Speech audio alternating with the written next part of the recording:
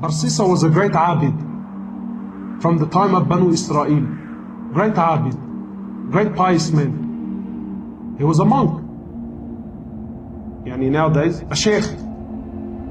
And my brothers, as I share the story of Barsisa with you, don't think of Barsisa, think about yourself. Put yourself in the shoes of Barsisa. Barsisa was a great scholar, someone who worshipped Allah, very pious. The whole community knew about him. He had his own temple where he worshipped Allah day and night. And three brothers,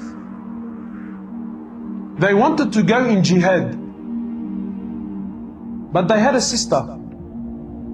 And they said, if we go to jihad, who's going to look after our sister? So they said, who better than Barsisa? He's a great abid, he fears Allah, everyone, he's of high esteem. Who better than Barsisa to look after our sister? So they came to Barsisa. Now look at the trick of shaitan.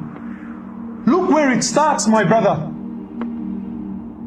They came to Barsisa and said, Barsisa, we want to go for jihad, and we're wondering, can you look after our sister?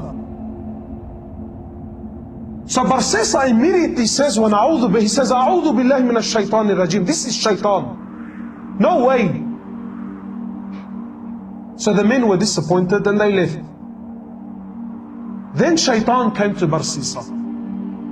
He's not shaitan. Today he's our sheikh. So we'll call him Sheikh Shaitan. So Sheikh Shaitan came to Barsisa and said, Barsisa, brother, what are you doing? These men, they want to go for jihad. They're going for good. They're going for the sake of Allah. Barsisa, if you do not look after her, who's going to look after her? You are the most noble, Barsisa. You are the most pious man. If they leave her with someone else, what do you think will happen? So Barsisa says, maybe I should look after her for the sake of Allah, for the sake that these brothers. Look at the trick of shaitan. When shaitan knocks on your door, shaitan does not want you to open it fully. Just a little peep, a little, who is it? That's all he wants. A little crack. That's all shaitan wants. Shaitan has all the time in the world. Shaitan wants a little crack. So he calls the brothers back. He says, listen, for the sake of Allah, I will look after your sister, but she will not stay with me. Barsisa was a man who feared Allah. He was a genuine man who feared Allah, my brothers. Now I want you to think about yourself and relate this story to your life. He says, I will not keep your sister with me. She will stay in the house I have at the back of my temple. She will stay there and I will stay here. The brothers agreed. Said, no problem.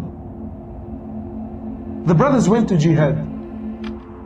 And Barsisa would cook some food for her and put the food outside his door and make her come out from her house, come all the way, grab her food and go back. Look how much he feared Allah. But what happened? He already opened the door. So this happened for some time, and shaitan has plenty of time on his hands. No problem. Take your time, brother. Take your time. Until eventually shaitan comes to Barsisa. He says, Barsisa, don't you know that when you put the food outside, she has to come from her house, walk all the way to grab her food? And this is a fitna. People can see her. People can see her. I think you should put the food on her doorstep. Makes logic sense? So Barsisa cooks her food, goes to her door, knocks on her door and comes back. After some time, Barsisa, Sheikh Shaitan says to Barsisa, she still has to open her door. the food inside the house. So this happened for some time, and the brothers took long. Now Sheikh Shaitan says to Barsisa, he says, Barsisa, you know, it's been a long time. This woman has no one to talk to, no friend, nobody to socialize. Maybe you should talk to her. Otherwise she will go outside and Allahu Alam cause fitna outside. For the sake of Allah, huh? Not for, no. Brother, for the sake of Allah. So Barsisa now he goes to the house. Look, he still fears Allah. From outside the house he's talking to her, shouting, and she can't hear him properly. And after some time, Shaitan says, Barsisa, why are you embarrassing yourself? You're screaming and shouting. Go inside the house and speak to her there. My brothers, after some time, he started speaking to her inside the house. What was a little conversation became a longer one. After talking, now he wants to see. After seeing, he now started to touch. And after touching, the great Barsisa committed zina. How many of us, maybe we have not committed zina, but we fell in the same footsteps of Barsisa. Now he's committed zina. She falls pregnant. She gives birth to a baby boy. And Shaitan now comes to Barsisa, says, Barsisa,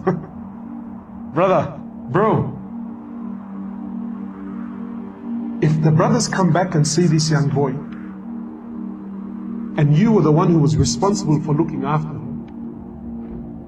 how will you explain the boy? Now he's worried. He says, what do I do?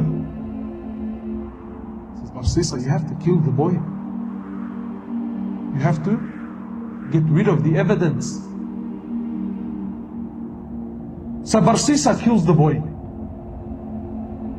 What do we have now? Zina and murder. After some time, Sheikh comes back. Says, Barsisa, do you really think she's going to keep quiet about what happened? Do you really think she's not going to tell her brothers about what took place here? He says, what do I do? Kill her too? Zina and double murder. The brothers come back. Barsisa, where is our sister? He says to them, Inna lillahi wa inna ilayhi raji'un. Your sister, she became very ill, and Allah took her life. Barsisa is a great abid, big sheikh. He does not lie. The brothers had no other option. They said, where is she? He showed them a fictitious grave, a fake grave. He said, this is where she is. They made some dua for her and went home. The next morning, one of the brothers, he says, you know, I had a very interesting dream last night. The other brother said, I had an interesting one. What did you see? He says, I seen in my dream that our sister was not sick. Rather, she fell pregnant, she had a boy, and her and the kid were murdered. And I seen that she was not buried where he showed us, but she was buried somewhere else. So the other brother says, Zina Ajib, I had the same dream. So they said, both of us cannot be wrong. They went to where they seen in their dream, they dug up that grave there, they found their sister and the baby there. They went back to Barsisa, they said, Barsisa, you lied to us, this is what took place, and now we're taking you to the ruler.